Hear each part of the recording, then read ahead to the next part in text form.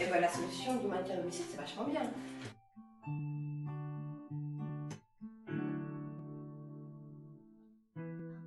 C'est vachement bien parce que ça permet aux gens d'être autonomes et d'être chez eux le plus longtemps possible. Donc voilà moi ce que j'en pense en 2 ou 3 mots. Le maintien à domicile des personnes âgées ou handicapées, c'est la possibilité pour les personnes dépendantes de continuer à vivre chez elles le plus longtemps possible. C'est une des réponses que la société offre aujourd'hui à une population de plus en plus vieillissante.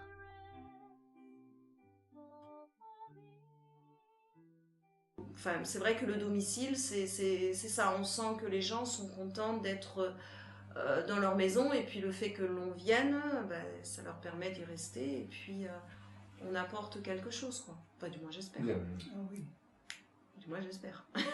Mais c'est vrai que certains nous le disent, hein. Donc c'est vrai que ça nous conforte aussi. Enfin, comme je dis, moi quand je rentre à la maison, je suis contente de rentrer à la maison, je suis contente de ma journée, quoi. Voilà. Oui, je suis contente de ce que je fais, parce que je sens que j'ai aussi apporté quelque chose à quelqu'un, quoi. Que voilà, c'est quelque chose qui est important pour moi, quoi. Voilà. Venir en aide et soutenir des personnes plus ou moins dépendantes est devenu un enjeu majeur. Notre ministère en charge de la dépendance est même devenu le ministère en charge de l'autonomie. La ministre déléguée a elle-même précisé que la dépendance que je n'ai d'autre ambition que de combattre et de retarder est devenue à mon souhait l'autonomie, qui est au contraire une amie, une ambition, voire même une exigence.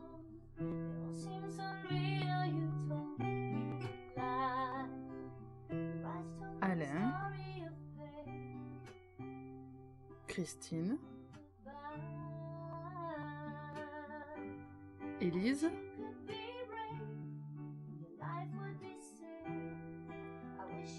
Jean, Yvette,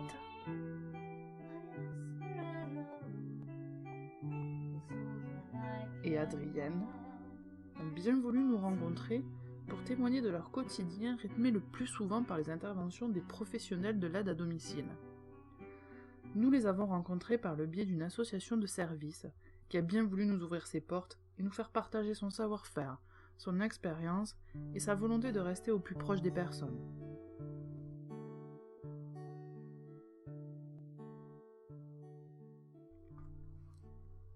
Et c'est au cœur de Midi-Pyrénées, proche de Toulouse, ici à Pibrac, que nous avons rencontré ces professionnels de l'association d'aide à domicile en milieu rural, avec qui nous allons évoquer la problématique du maintien à domicile.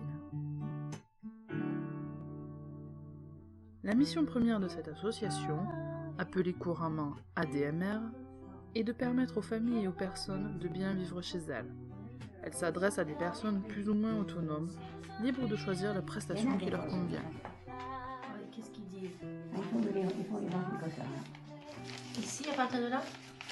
Grabataire indésirable, là, ce carré-là. Et il faut pas les... Quand, je ne sais pas ce qu'ils vont en faire quand on sera indésirable de sarfou.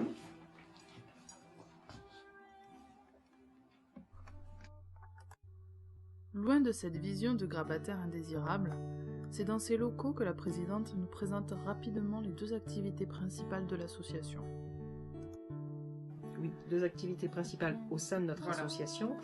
Le service de soins à domicile, avec des aides-soignantes qui font des toilettes, des soins de nursing essentiellement, de la prévention d'escarres, des choses comme ça. Un travail en partenariat avec les infirmiers libéraux, ces infirmiers libéraux pour lesquels en fait on ne prend pas leurs actes. On a un fonctionnement par convention, et donc ces infirmiers libéraux font des actes auprès de leurs patients, nous transmettent leur feuille de maladie et sont réglés par l'intermédiaire du budget de l'association. Voilà. Les aides-soignantes, voilà, sont organisées avec Véronique Namias qui coordonne le service, avec une évaluation au domicile, les besoins. On a parfois un travail en binôme avec les infirmières libérales, où parfois on prend en charge partiellement parce qu'on n'a pas suffisamment de place dans le service. Et l'autre grosse activité de l'association, c'est l'aide à domicile. Donc des auxiliaires de vie, des assistantes de vie, des agents à domicile qui viennent pour aider dans la vie quotidienne, ménage, repassage, stimulation des personnes, voilà.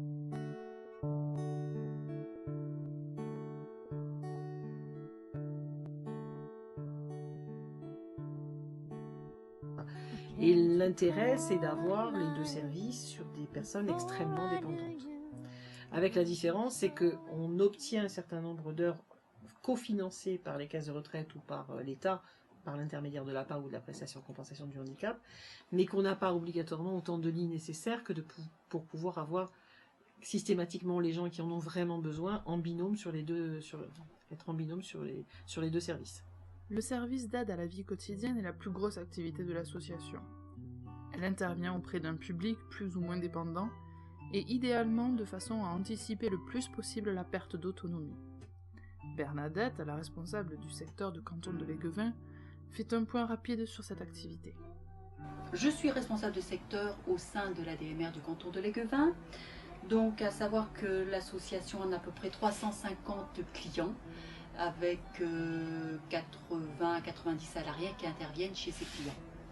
Mon rôle consiste tout d'abord à analyser la demande. Donc lorsque un client potentiel vient à l'association ou par téléphone, il souhaite apprendre des renseignements sur les différents types de prise en charge. Donc on analyse, on étudie quel type de prise en charge on peut mettre en place et quel type de prestations on peut mettre aussi en place. Quand les personnes ne sont pas au courant de ce qui peut leur être proposé. En fonction donc, de la demande, soit on met en place, soit on les transmet si ça ne correspond pas. Si les tâches ne correspondent pas à leurs besoins, on les réoriente. Donc soit vers le service de soins, Véronique Namias, si c'est pour la toilette, pour une personne par exemple handicapée ou gravataire, bref une personne qui a une autonomie assez restreinte. Élise et son aide à domicile Daniel confirment qu'une aide extérieure est capitale, notamment quand les gens avancent en âge pour préserver une certaine autonomie. Oui, le maintien à domicile, très important. Le plus longtemps possible, du fait qu'elles sont encore, ces personnes autonomes. Autonome, c'est... Du fait qu'elles sont encore autonomes, elles arrivent à faire tout ce qu'elles font au quotidien. Nous leur apportons, nous, une aide. Qu'on aurait combien besoin. Voilà, une aide supplémentaire. Et puis il n'y a pas que tout ce qui est ménage. Il y a le fait que nous... La promenade. Il y a la promenade, et puis voilà, les courses, et puis on parle beaucoup. Mais il faut bien. Et il faut parler parce que de toute façon, c'est vrai comme je dis, il y a des personnes qui sont quand même... De 90 ans, il a besoin de discuter un peu, hein. Non pas rester Ça tout. c'est certain, et bon ça c'est important. C'est important pour ces personnes, et puis d'autant plus qu'il y a des personnes qui sont un peu plus isolées, qui n'ont pas de famille, plus ou moins, et ça, nous, je ne veux pas dire qu'on remplace, mais c'est un plus, quoi. Je veux dire, c'est vrai que c'est très important aussi. Et un grand plus, c'est... Il faut dire les choses comme elles sont. Ouais. Comment je ferais, moi, si je ne vous avais pas maintenant. Hein? Bien sûr, mais... Moi, je peux tricoter, oui, mais après, à 90 ans maintenant, il y a des gens qui ne valent plus rien. L'aide d'une tierce personne est également la bienvenue dans tous les cas de handicap. Christine, qui souffre d'une maladie neurovégétative, et Alain, qui souffre d'une malvoyance sévère, témoignent de leur quotidien. Sans aucune aide, ils ne pourraient sans doute pas rester chez eux.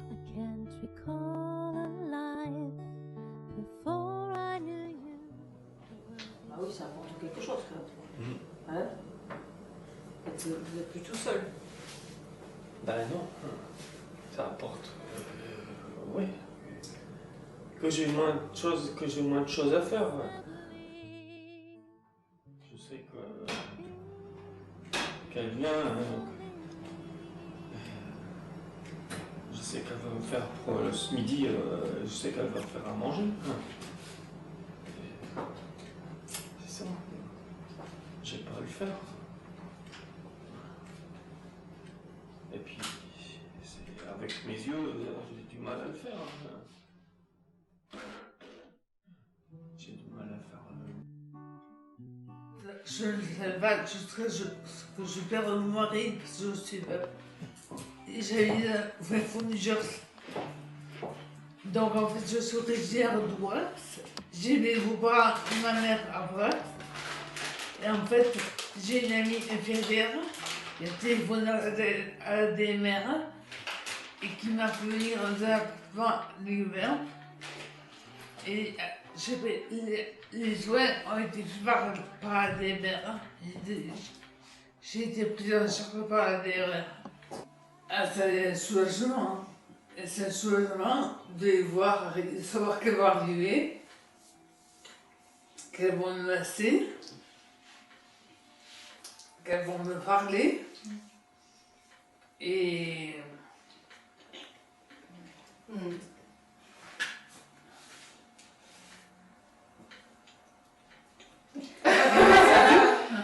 Je parle de l'aide-soignante et de l'aide à domicile, puisque vous bénéficiez des deux. Ouais. Donc j'imagine que c'est aussi important l'un que l'autre, et que sans ça, la mobilité serait quand même... Ouais. Je serais plus besoin de voir personne. Surtout que elle vient, Cécilia vient le mardi après-midi 5h, et le jeudi après-midi 5h. Plus le lundi, je doute à quelqu'un. Il y a quelqu'un le matin, 2h le matin, 2h au repas de midi et 2h le soir. C'est bien. Ouais. Et parce que je ne peux pas de mes mains. Ah d'accord. Je ne peux pas couper la viande, faire chauffer dans le micro-ondes et récupérer l'assiette à genoux.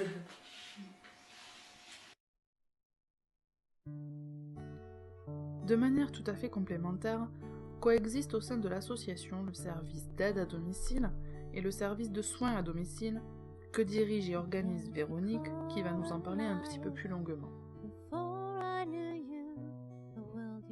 Donc je suis Véronique Namias, infirmière coordinatrice depuis 10 ans maintenant. J'ai créé ce service en 1999 après une expérience d'infirmière libérale de 10 ans en région parisienne et une expérience également de directrice de maison de retraite en région parisienne. Donc j'ai fait une partie de ma carrière en gérontologie et la personne âgée et son devenir, au vu des chiffres démographiques et du vieillissement de la population, me paraissait être une problématique à laquelle nous allons être confrontés de manière grandissante. Et les chiffres des 2 décennies à venir ne font que confirmer ce que les chiffres de base nous donnaient initialement.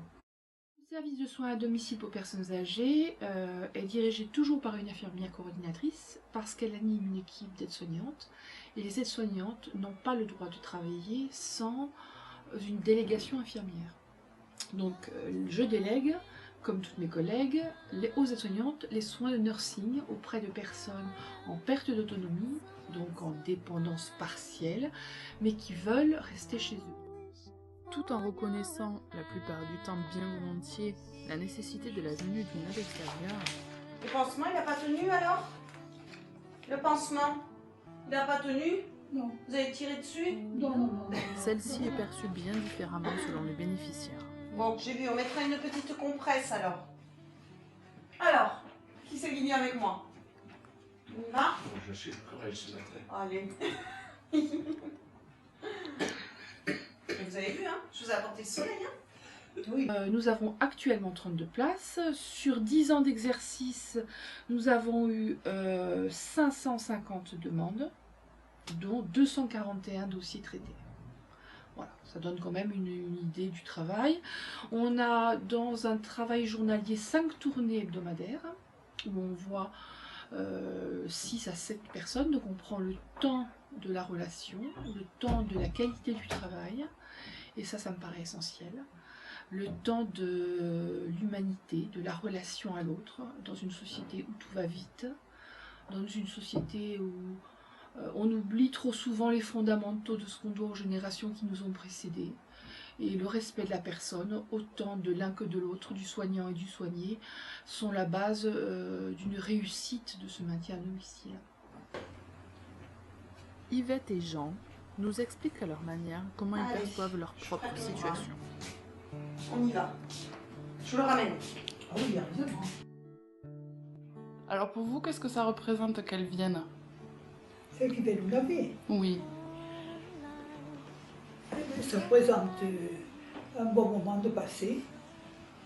Ça nous évite, si nous étions seuls, ça ferait un peu plus d'effort. Si nous étions seuls pour nous laver. Alors qu'avec elle, malgré tout,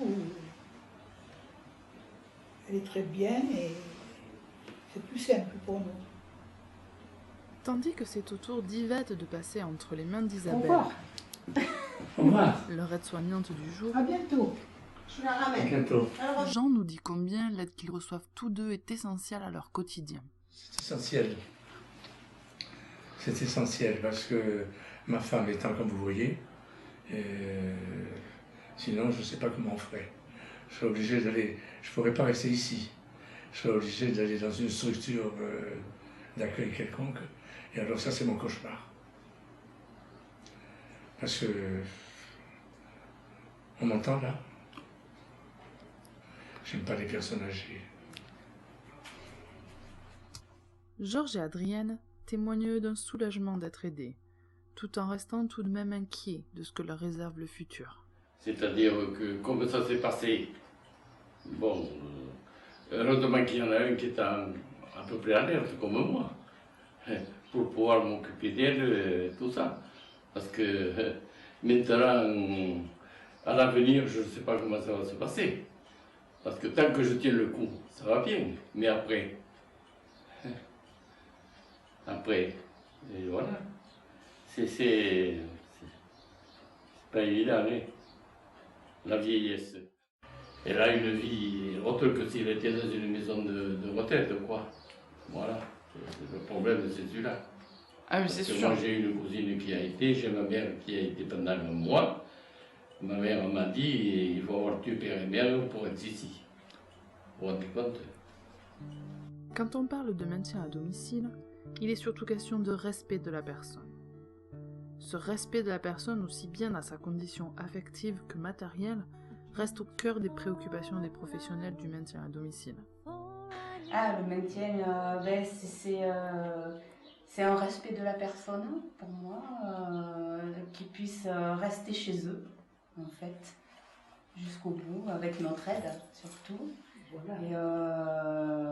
Et c'est aussi une surveillance, et pour nous, c'est une qualité de soins qu'on ne retrouve pas forcément en institution. Prendre le temps de discuter, de faire connaissance. Le respect et la qualité des soins ou de l'aide apportée par chaque intervenant auprès des bénéficiaires est le résultat d'une équipe, certes non formalisée, mais qui dans les faits existe bel et bien, comme nous l'explique Véronique. Je suis mandatée autant par les infirmières libérales que par les médecins traitants, que par les hôpitaux et les assistantes sociales, par les familles qui parfois appellent désespérées parce que le manque crucial d'infirmières libérales se fait sentir. Et donc les SIAD ont toute leur place aujourd'hui dans le panel que propose le législateur pour répondre à ce besoin. Les SIAD ont des budgets restreints, ils sont donc peu coûteux pour la société, pour maintenir au plus les gens chez eux. Depuis la création des SIAD dans les années 80, on a reculé l'entrée en maison de retraite d'au moins 10 ans. C'est-à-dire que les gens rentraient à 75 ans. C'est un chiffre qui pourrait demander d'être vérifié, mais aujourd'hui, l'âge moyen de rentrer en maison de retraite, c'est 85. Donc l'espérance de vie est plus longue. Tant qu'on n'a pas passé les catastrophes au niveau pathologique jeune et qu'on survit et qu'on arrive à des âges avancés, dans le meilleur état possible, les gens souhaitent rester chez eux. Le travail des aides-soignants, c'est de prévenir l'aggravation de l'état de santé en alertant l'infirmière coordinatrice, les infirmières libérales qui travaillent en coordination avec nous, et les médecins traitants, qui sont bien sûr la cheville d'une équipe non formalisée, mais existante concrètement. Voilà.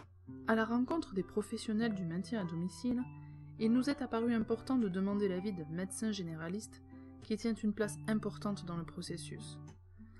Premier, voire second maillon de cette équipe informelle, il n'est jamais trop loin et reste en contact avec les intervenants pour le bien-être de ses patients. On peut le considérer comme le second, comme le premier. C'est une affaire de cercles concentriques qui vont chacun exercer leur savoir-faire, qui sont chacun indispensables au travail du cercle suivant. Donc c'est réellement un travail d'équipe où chaque maillon va reprendre et remettre en perspective le travail des précédents. Le travail du médecin généraliste est de poser ce diagnostic, si possible le plus tôt possible, afin de ne pas arriver dans des situations catastrophiques où l'entourage est épuisé et où le patient lui-même paye les conséquences de cet épuisement. Il pose le diagnostic, il propose la mise en place avec les ressources dont il dispose en termes de réseau et en termes d'équipe, là où il travaille et dans le milieu où vit le patient, et il organise ce maintien à domicile qui va être une étape très importante dans la vie du patient, puisqu'elle va pouvoir durer pendant des années, parfois une dizaine ou plus d'années, et souvent passer du maintien à domicile aux soins de fin de vie, également à domicile avec l'aide de ces structures.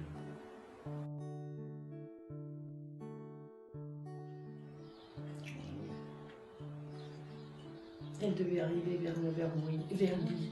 Mais elle était inquiète, elle arrivera quand elle arrivera. Ils sont là, oui. La toilette reste la principale activité des aides-soignantes intervenantes à domicile.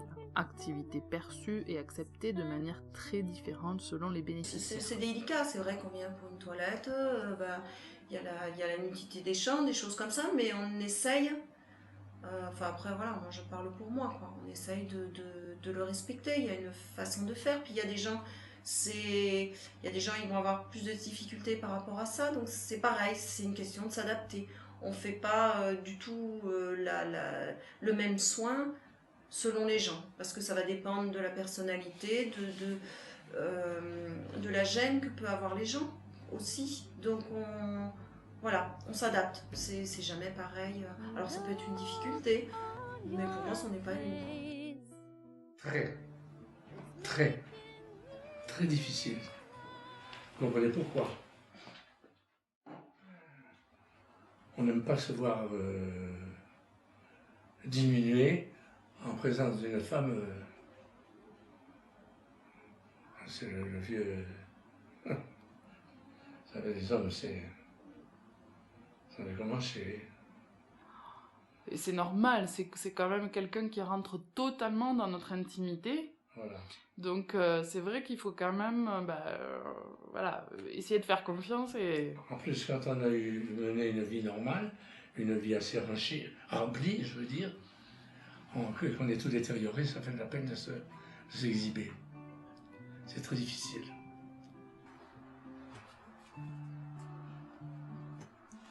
Donc c'est ici que ça se passe? Oui, voilà. Avec la chaise là. Elles sont très très bien, très dévouées, très... Vous vous sentez en confiance et à l'aise? Comment? Vous vous sentez à l'aise? Ah oui, elles sont très gentilles, oui, très. Allez, on y va. Moi, allez, alors, on y va. Vous prenez votre canne. Attendez, une seconde. Voilà. Attention, hein. Levez bien les pieds. Voilà. Même s'il apparaît que l'acte de la toilette semble être mieux accepté par les femmes, il n'en reste pas moins un des gestes essentiels au confort de chacun. Dans la plupart des cas, néanmoins, l'intervention d'un tiers, dans le cadre très intime de la toilette, reste plus facile à accepter que lorsqu'il est effectué par un membre de la famille. Ça a été quelque chose de difficile pour vous? Oh non, pas forcément parce que c'était une femme. C'est plus facile Ah quand oui, c'est quelqu'un plus vient... facile. Oui. C'est plus facile, oui. Surtout quand on est âgé. Quand on est jeune, on peut se laisser faire. Dis donc, ne dis pas des bêtises.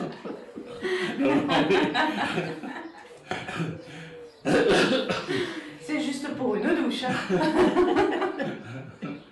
C'est ça, comme je m'en fous. Mais bon, je vais pas le dire. Avec la toilette, le massage est l'autre spécialité des aides-soignantes. Techniquement appelé effleurage, il est très attendu et très apprécié par Christine, qui y trouve un vrai soulagement. Solution.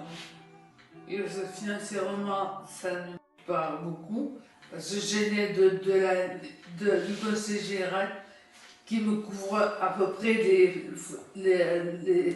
la facture que j'ai tous les mois qu'il a les mères. Et puis,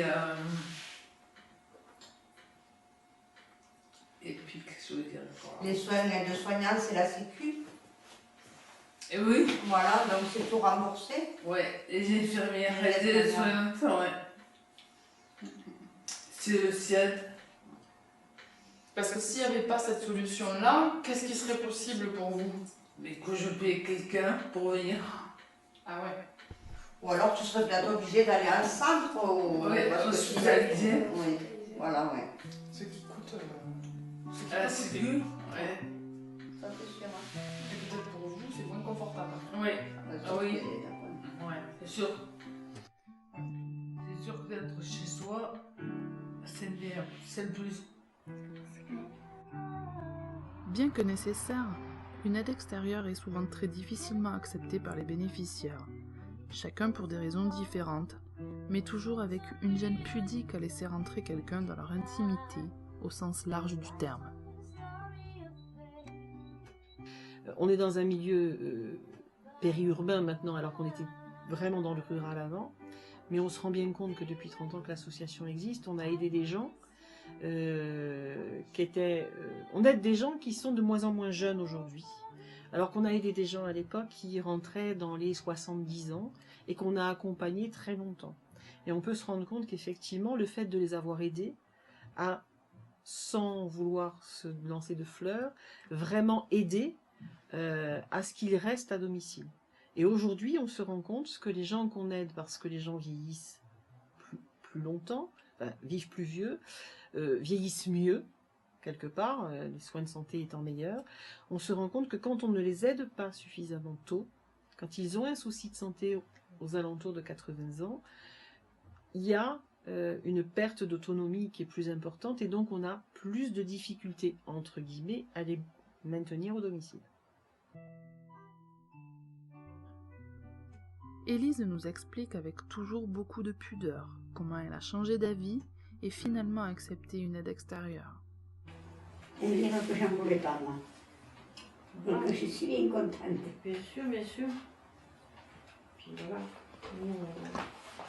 Qu'est-ce qui vous a fait changer d'avis, Madame Duprat?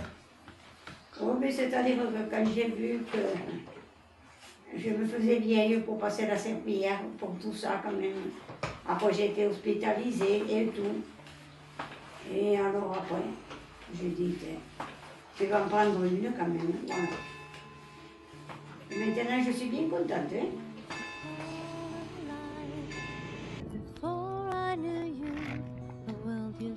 Eh bien on s'est promené quand même un peu.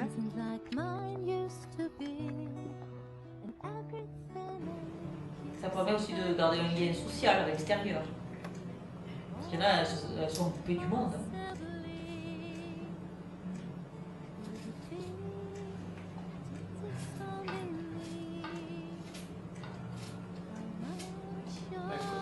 Comme moi, je suis allé faire des courses avec Nathalie, il n'y a pas très longtemps que j'y vais. Oui, 2 fois. ça m'a changé. Ah oui. Ça m'a changé de faire ça.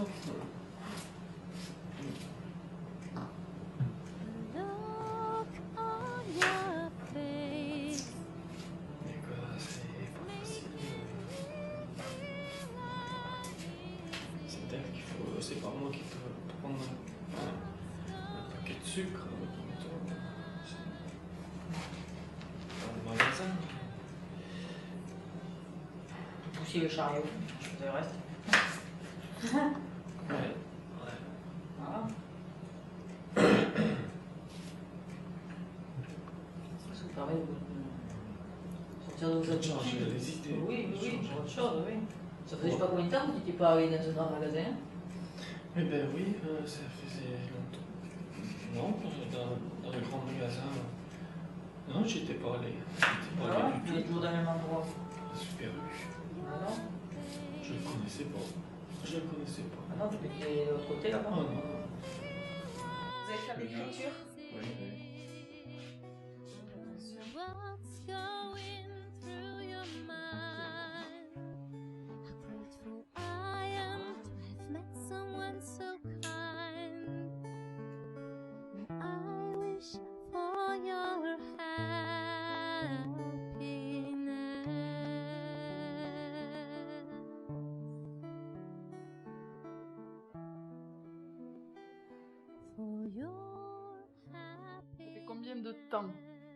Combien de temps que quelqu'un vienne tous les jours pour vous ça aider? fait 3 ans. Ça fait long déjà, depuis 2009. Et vous n'êtes pas habitué? Non, je suis pas habitué. Si, je suis habitué, elles sont gentilles, elles sont formidables, mais ça me choque.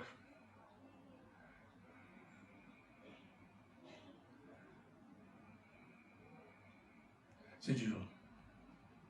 C'est bête. C'est humain. Puis il y a la dépendance, c'est un grand mot, mais alors ça va depuis la dépendance prise en gros, et puis il y a la dépendance des petits, fais-moi passer ci, fais-moi passer ça, toute la journée. Alors comme en plus j'ai des problèmes point de vue vertigineux, alors ça me rend encore plus vulnérable. Et puis j'avais un jardin, j'avais des habitudes. J'avais la pêche, j'avais les randonnées, j'avais la montagne, j'avais la mer. Et là, c'est 4 murs. Alors quand il n'y a pas quelqu'un, c'est dans les heures. Il faut aussi souligner que l'acceptation de la mise en place de la venue d'une aide extérieure ne peut presque jamais se faire sans l'accord de la famille proche. Les aidants sont effectivement très sollicités et jouent un rôle majeur afin que le maintien à domicile se déroule dans des conditions optimales. Souvent, le travail du maintien à domicile s'inscrit dans un travail médical déjà antérieur à cette étape-là. Nous connaissons nos patients, nous les avons fréquentés, ils nous ont choisis pendant de longues années. Ce sont souvent des relations très fortement établies au sein d'un tissu social et familial ancien. Et donc, il arrive un moment où le médecin, le plus souvent, mais parfois c'est posé par un membre, un paramédical ou par la famille, mais le médecin généraliste, le plus souvent, constate une dépendance accrue du patient, un épuisement de l'entourage et initie la mise en place d'un véritable système concerté de maintien à domicile. Bien entendu, en travaillant en collaboration avec la famille disponible, parce que effectivement, il ne faut pas oublier la famille. Sans famille, c'est quand même un exercice un peu plus compliqué. On a au domicile, peut-être, je ne sais pas qu'on a moins, peut-être à d'autres endroits, c'est aussi, il y a le patient, mais on gère aussi pour certains endroits, les aidants, quoi. C'est aussi quelque chose, parce que pour eux, c'est quelque chose de très lourd. Nous, on vient, on est là une demi-heure, 1 heure, selon les gens. Mais c'est vrai que pour les aidants, donc la famille, les enfants, enfin, ou le conjoint, des fois, ça dépend, c'est quelque chose de très difficile, quoi. Donc, on est là pour les patients, quoi, mais aussi pour les aidants. Ça m'est déjà arrivé d'arriver et puis de passer un quart d'heure, une demi-heure avec un aidant parce que voilà, il y a une difficulté et vous pouvez pas dire bon mais j'ai pas le temps et je m'en vais, quoi. Voilà, ça voilà, c'est quelque chose qui se gère aussi, qu'on a aussi à domicile, quoi. Par exemple, au point de vue toilette, c'est très difficile pour les parents d'accepter que ce soit les enfants. Voilà. C'est-à-dire qu'ils acceptent plus facilement une personne étrangère à la famille. Oui. Ça, je pense que c'est important aussi. Donc, bon, nous, sans vous, on aurait beaucoup de mal aussi. Oui. Mais ça on l'entend aussi. C'est vrai que par exemple, les enfants ou le conjoint ont de grosses difficultés avec la personne. Et puis, en fin de compte, nous, évidemment, on est une autre personne, quoi. Voilà. Et que nous, on a plus de facilité. Il y a davantage, ils ont un peu plus de contact avec la personne qui leur fait leur toilette. Souvent, ils vont leur faire des confidences ou sur là où ils ont mal ou si ça ne va pas moralement, etc. Qui ne nous diront pas à nous, mais qui disent aux aides-soignantes. C'est vrai. Oui. C'est vrai. Je pense que c'est un ensemble qui est vraiment bon. Voilà, et c'est pour ça que besoin les uns des autres. Voilà. Et c'est pour ça qu'aussi on a besoin de vous aussi, parce qu'avec les aidants, ben voilà, entre nous, ben voilà, on discute et puis ça permet de voir comment ça se passe, quoi. Voilà, puis peut-être des choses aussi qui se passent avec les dents, qui ne se passent pas avec nous, et vice-versa. Oui. Et ça permet de faire un tout et de faire un soin complet. Ils peuvent rester chez eux. C'est le plus dur. D'accepter la maladie, d'accepter tout. La dépendance, d'être servi, c'est atroce. Ah, vous avez ce sentiment-là? Eh oui. Parce que les mains perdent leur force, alors on est obligé, pour des tas de choses bêtes, on est obligé de se faire aider. Ça, c'est terrible. C'est terrible. Le moment, c'est qu'on a vite l'impression quand même qu'on est à charge. De la famille, vous voulez dire? Et oui. Quand je vois ma fille, elle n'a que 63 ans et ça me fait de la peine de l'avoir assujettie comme ça. S'il n'est pas forcément évident d'accepter l'aide d'un tiers, il n'est également pas facile de la procurer. Aller au domicile, c'est rentrer dans l'univers intime de chacun des bénéficiaires. C'est un métier émotionnellement exigeant et qui demande beaucoup de qualité humaine. Ça fait comme ça, vous avez quelqu'un quasiment toute la journée. Oui. D'accord. C'est bien. Ouais, mais le meilleur, c'est la fin. Toujours. T'es pas d'accord? T'es pas d'accord? Alors il y a des moments avec et des moments sans, ouais. C'est pas toujours rose, y compris chez Christine, même si elle fait partie quand même de quelqu'un de jeune, bon des fois c'est pas... C'est sûr que quand on voit que ça va pas trop, c'est emmerdant, puis on sait pas trop quoi faire, quoi. Donc, des moments où bon, on sait très bien, il y a quelques temps, elle n'allait pas. Bon, à deux reprises, je suis arrivée ici, elle n'arrivait plus à respirer pour parler. Je dis, bon, maintenant, il faut prendre. Bon, elle est allée à la clinique pour rien, mais bon, moi ça m'a sécurisé déjà, parce que c'était moi qui me suis trouvée là. Et elle, je pense aussi, même si on n'a rien trouvé, devient... On a fait un petit bien. Elle a été se reposer quelques jours à la clinique, quoi. Voilà. Ça leur a permis de dans la journée, déjà, ça, et quand c'est en fin de journée, moi c'était le soir, enfin un jour, je suis arrivée, c'était à midi, c'est un lundi. Là, c'était le soir, le soir, bon, je suis rentrée, mais tu te demandes ce qui va se passer pendant la nuit. Ouais, toi, tu la côtoies. Voilà, donc moi je suis très souvent là, donc j'ai dit, c'est vrai que, bon, dans son cas, il y en a d'autres, des fois on s'en va le soir et le lendemain on se dit, qu'est-ce qui peut se passer, moi là j'ai quelqu'un qui va pas et chaque fois que j'y vais, j'appréhende, quoi.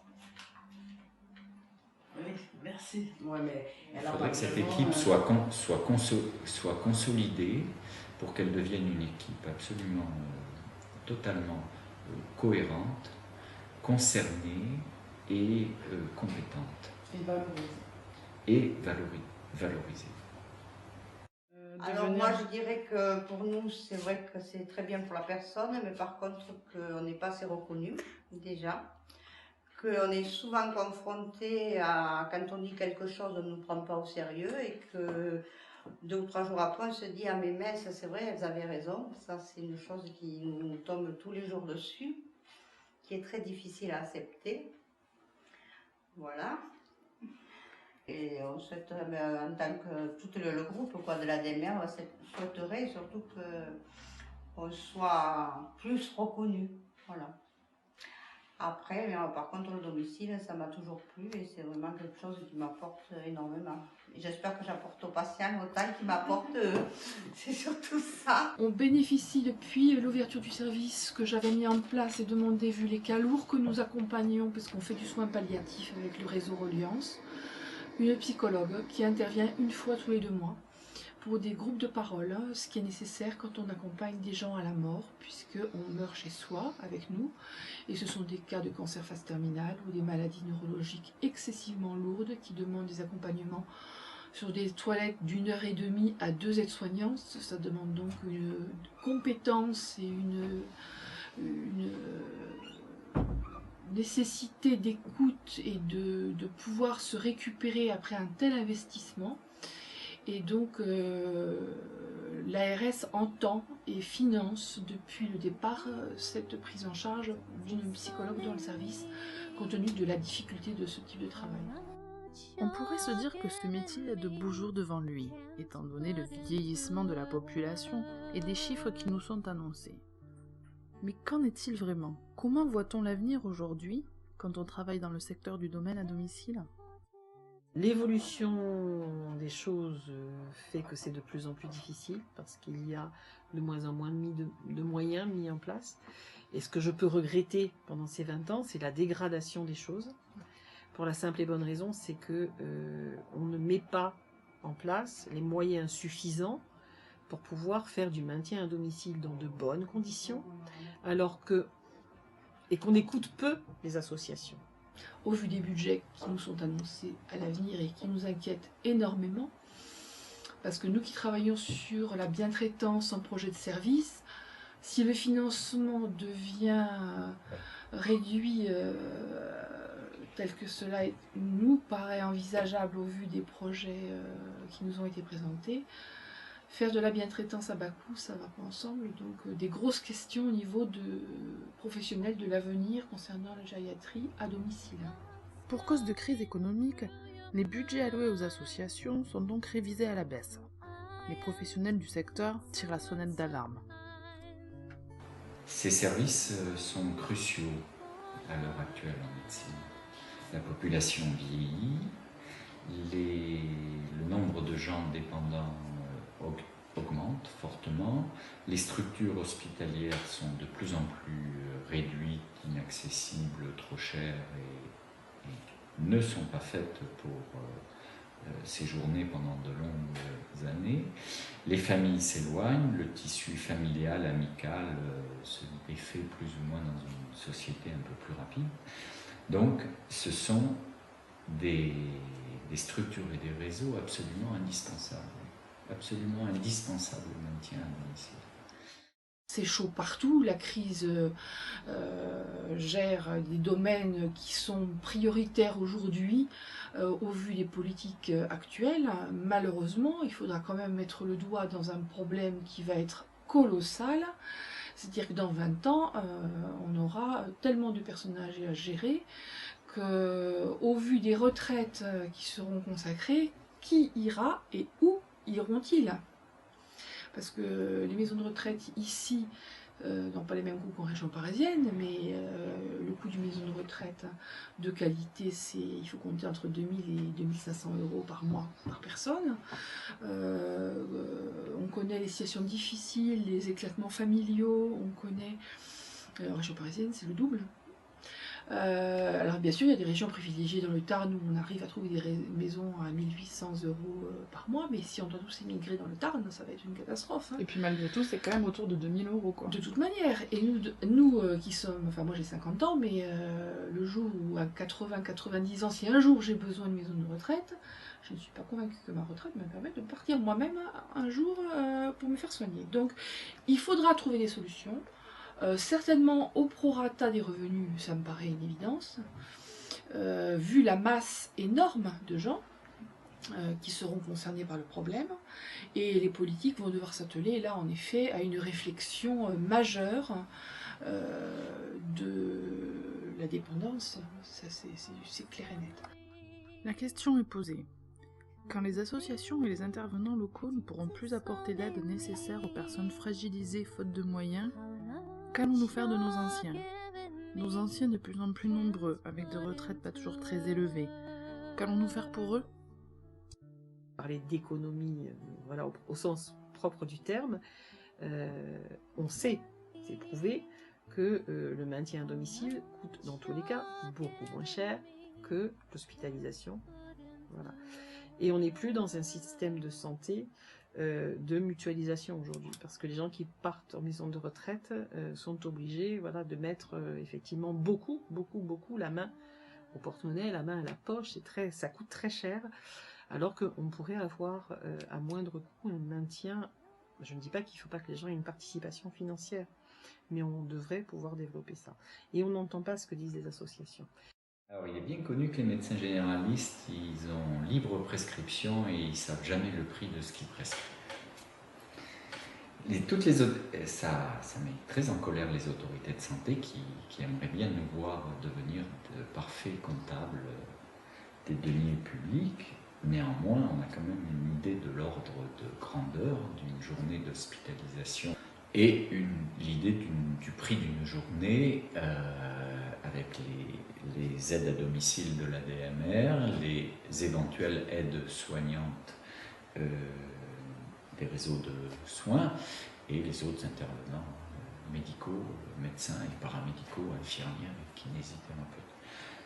Le calcul est en faveur du maintien à domicile. Largement. Largement.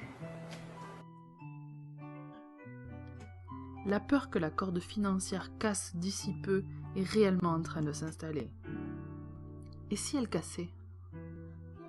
Le jour où elle casse, il va y avoir une déferlante de complications médicales, parce que quelqu'un à qui on n'a pas fait les courses, chez qui le ménage n'a pas été fait, et la prise en charge humaine de ces actes, je dis bien, il ne s'agit pas uniquement d'un acte technique, faire le ménage et faire les courses, il s'agit d'un maintien des relations humaines et des relations avec la vie.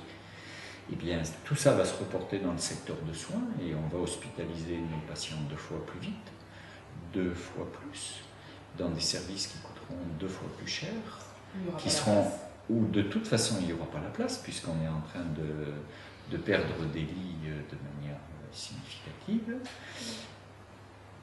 Et les familles vont s'épuiser beaucoup plus vite.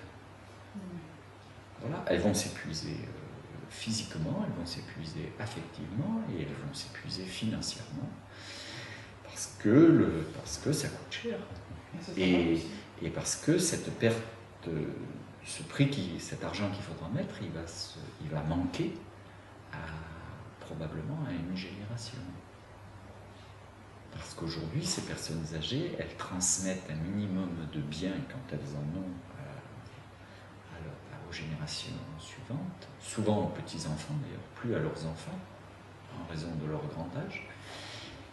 Et quels petits-enfants vivent dans une société où le plein emploi est un rêve lointain et où l'aide des grands-parents est une arme de survie.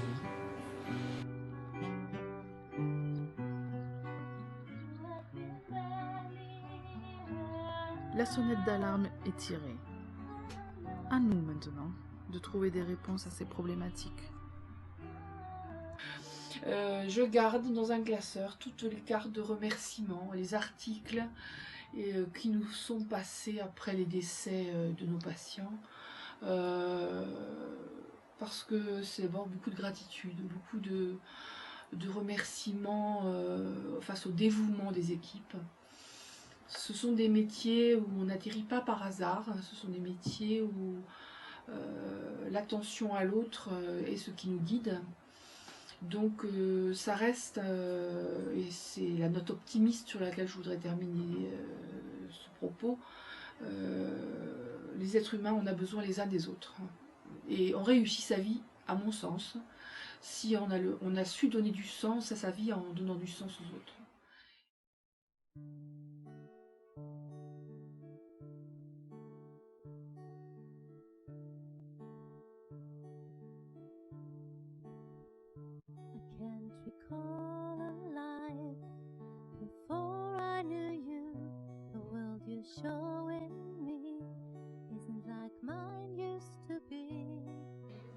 On est jeunes. Oui. On est jeunes tous les deux. 88 ans. Bonne bête. Brave vieux. Bon. Non, c'est... Là, j'ai pas fait la mise en pli et tout ça, je suis fatiguée. Pas fait la mise en pli. Je fais jamais de mise en pli. Ça va là? Ouais. Bien. On ne pose pas le lit pour faire un... Et tu voudrais hein. Ouais, pour être face à la caméra. Ah oui, il faut que je pousse le lit. Ah oui. Quand je suis pénible, je suis désolée. Non, pas du tout. Oui. Ça le ferait, voilà.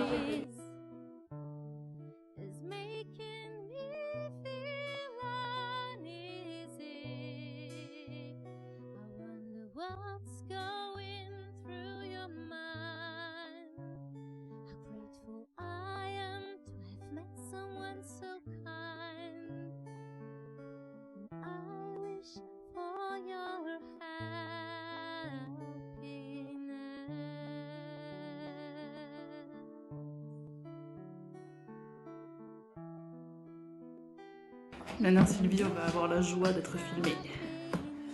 C'est vrai? Oui. Merci. Faut pas. Tu as vu que je me suis pomponnée, je n'ai rien fait. La joie d'être filmée. Bon, je t'attends alors. Non, non, vas-y. Il y a des trucs à faire. Mai, juin. Ah, mais oui, c'est vrai, c'est le break. Ah non, là, on commence pas. J'ai oublié mes téléphones. Là, ça fait moins studieux de se mettre les lunettes de soleil.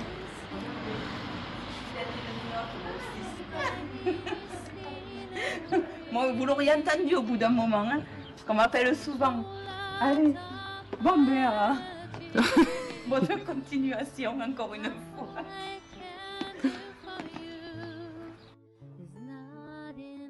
Vous parlez super bien à la caméra. Oui. Et oui. Je sais pas Georges Clooney. Il n'y a qu'un Georges Clooney. Hein? Il n'y a qu'un Georges Clooney.